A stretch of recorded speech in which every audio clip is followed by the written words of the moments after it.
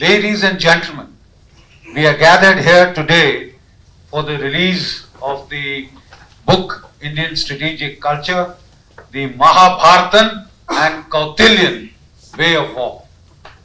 And as the compere said, Dr. Purnima Bakshi Kanwar said, Kautilya was not a theorist. He was a practitioner of the art and science of national security. And therefore, we could not have had a more eminent and qualified chief guest than Shri Ajit Doval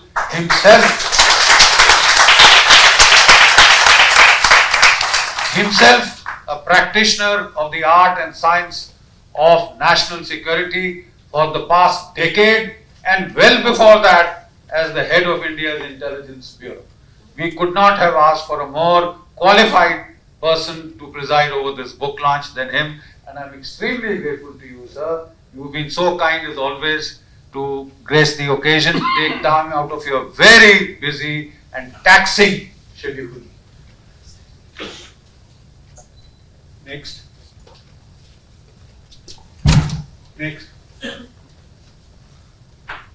Sir, some 2 decades back, a series of Western scholars like George Stanham, Stephen Peter Rosen had come to India to study India's strategic culture. After much research and inquiry, they concluded very sadly that India has no strategic culture, no tradition of focused strategic military thought and analysis, and they blamed especially the Hindu and the Buddhist part of our history for this lack of a strategic culture. Then we had Stephen Peter Rosen and his very famous book, Societies and Military Power, India and His Armies, and he said that there is no primordial strategic military culture in India, and he too concluded that India lacked a tradition of strategic thinking. He concluded that the size of the Indian armies mentioned in the Mahabharata, mentioned in the Arthashastra, mentioned by Megasthenes, the Greek ambassador, was a fiction of the imagination. It was unrealistic. And he quoted Martin van Creveld to state that given the state of land communication, command and control means logistical infrastructure, you couldn't, mass such large sized armies in those periods.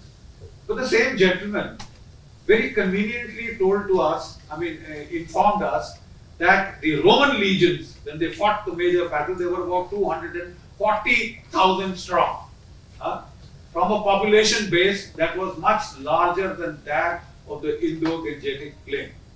So we have always noticed this very seminal bias against Hindu India and Buddhist India in particular, and feeling that there is a total lack of strategic culture or focused, cohesive military thinking.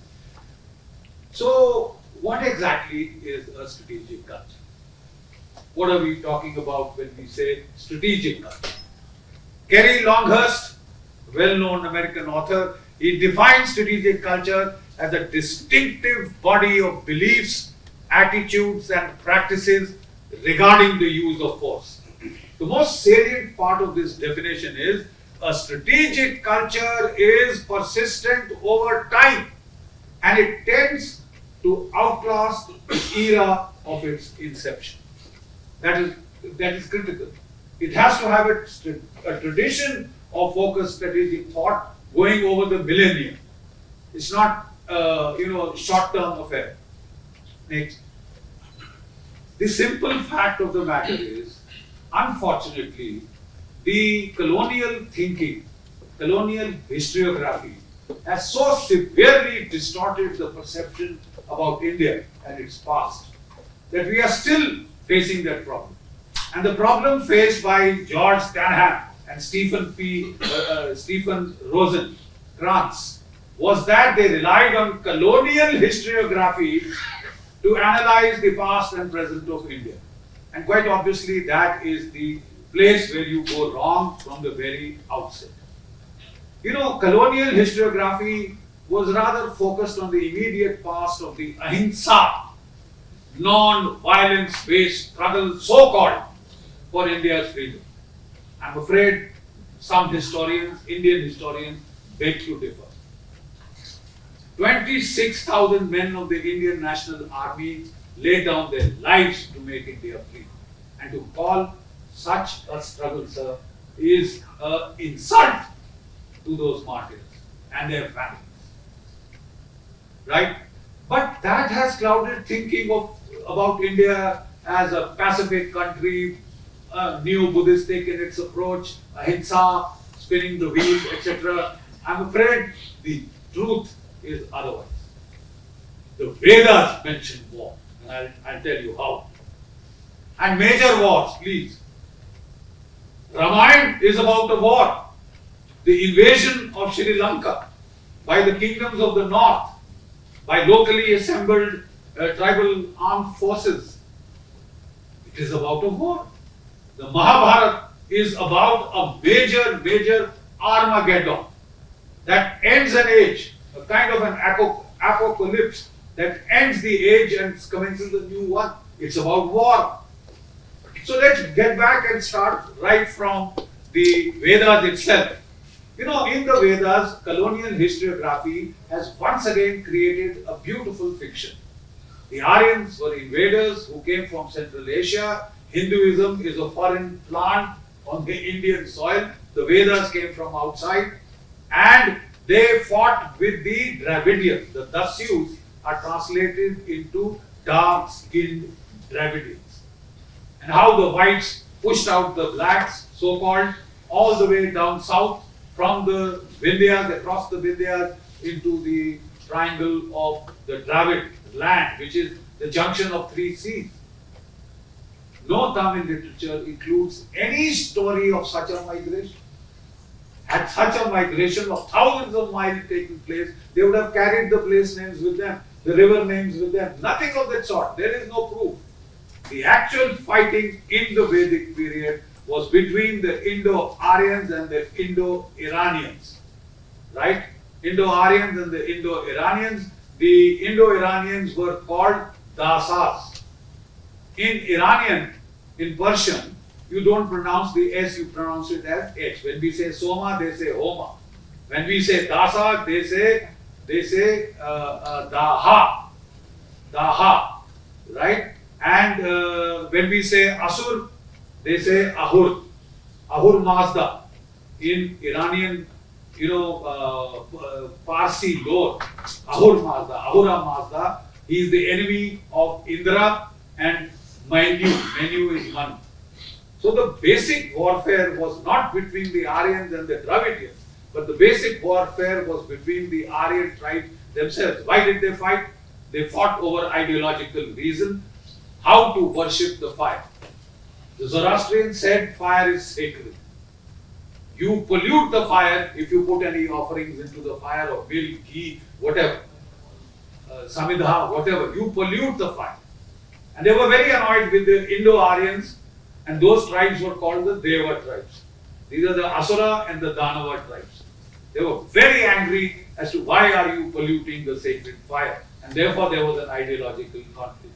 The second basis of this conflict in the Vedic age was the use of the psychotropic plant called Soma, which gave you ecstasy, which gave you creativity, which helped you to overcome all fear on the battlefield.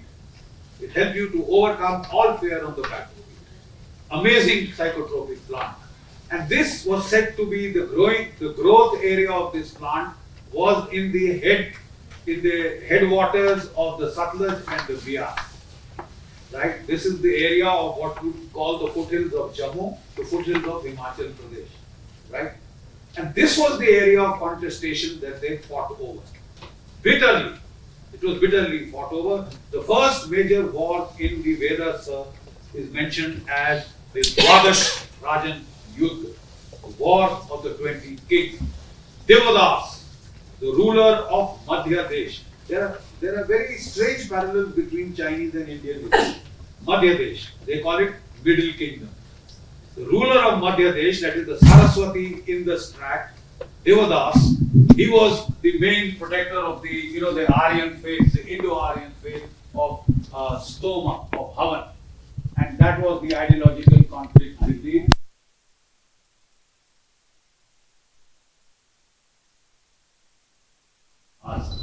Dasas, corruption of Daha, right? So he invaded the Soma growing lands to capture them because Soma was being overused.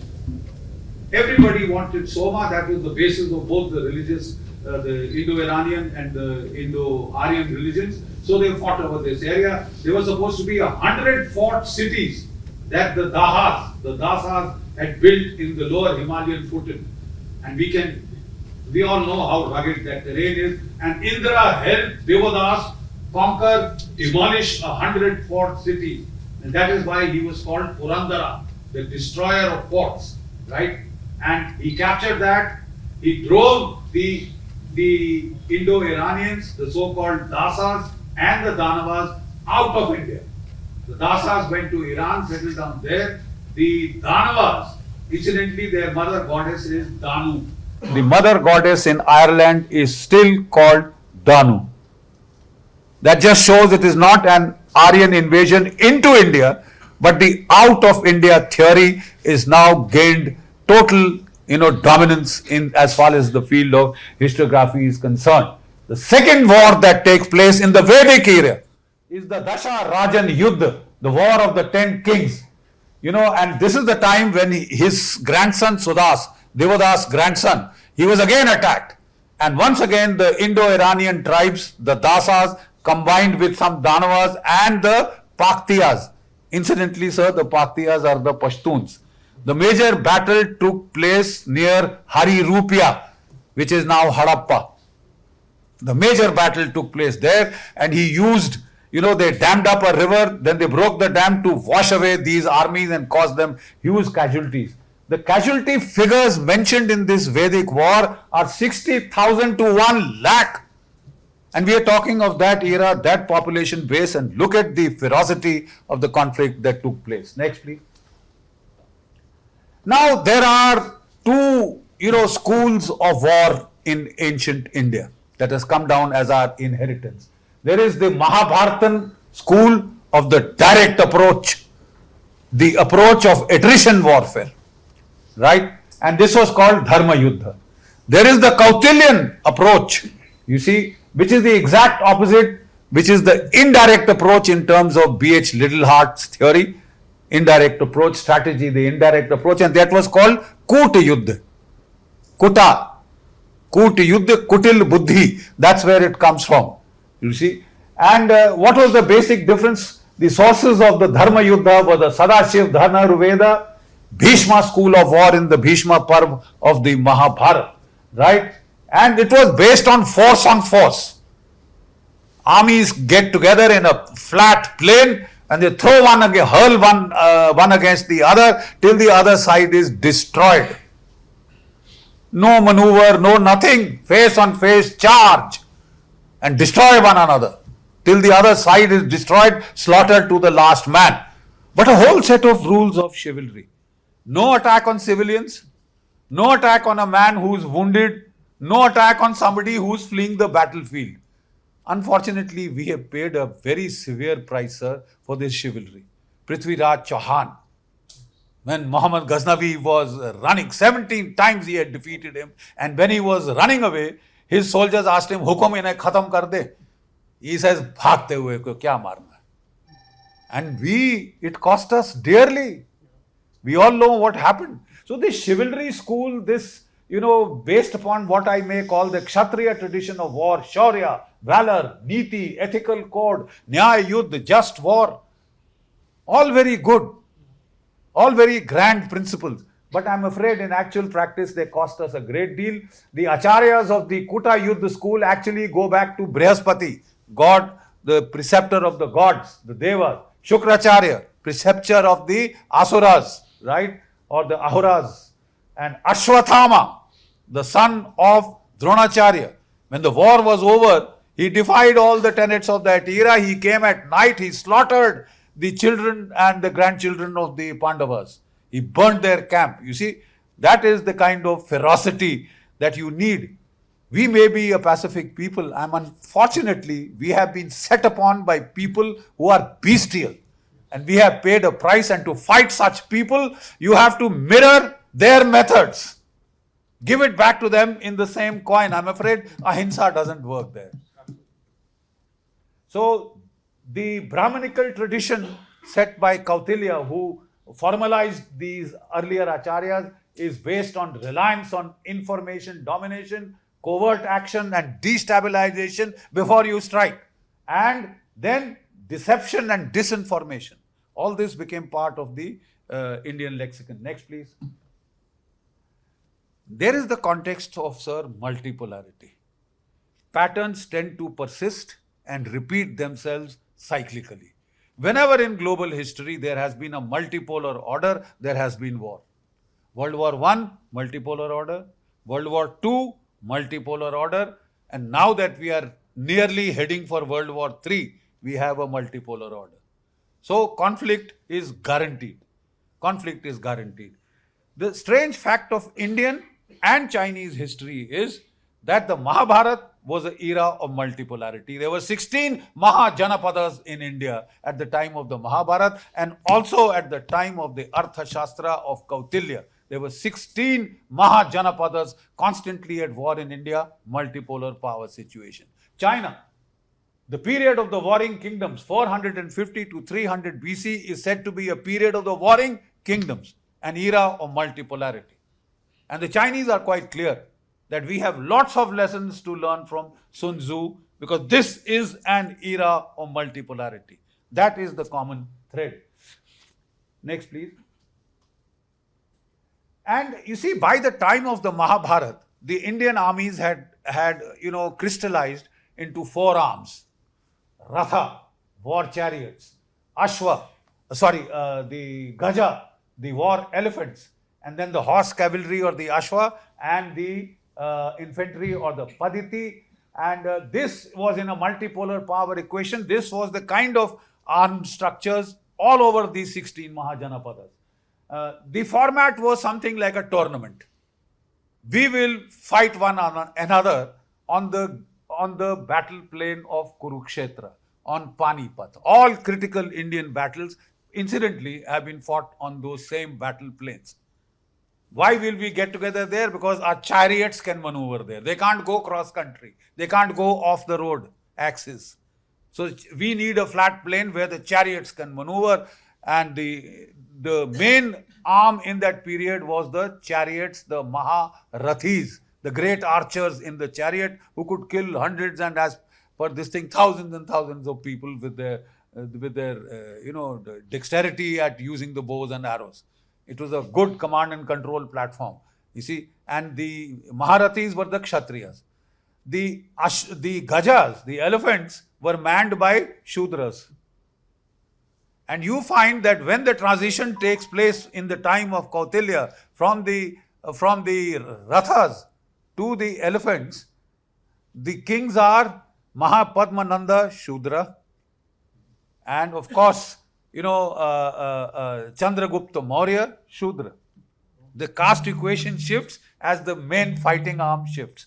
I'll talk of that a little later. So this was pure force on force oriented format. High levels of chivalry, no attacks on civilian, no fighting by night, and the use of vyuhas. And next slide, please. And you see, just take a look at these battle formations, sir. I'd request you to, if you can. Ardha Chandra Vyuha, Makara Vyuha, Shakata Vyuha, Chakra Vyuha. You see, and if you think these are outdated, by the way, in Asal Uttar 1965, this Chandra Vyuha, Ardha Chandra Vyuha, was the formation used. It was called horseshoe-shaped formation. The eminent in Sivila, 100 Pakistani patterns were slaughtered inside the horseshoe. The Chinese used that Makara Vyuha, waves after waves after wave, to strike down one point and destroy it. They'll keep coming till it is destroyed. Shakata Vyuha was used by the Germans in World War II, by the Panzers. And that I will get into a little later. And Chakra Vyuha, we've all heard that story.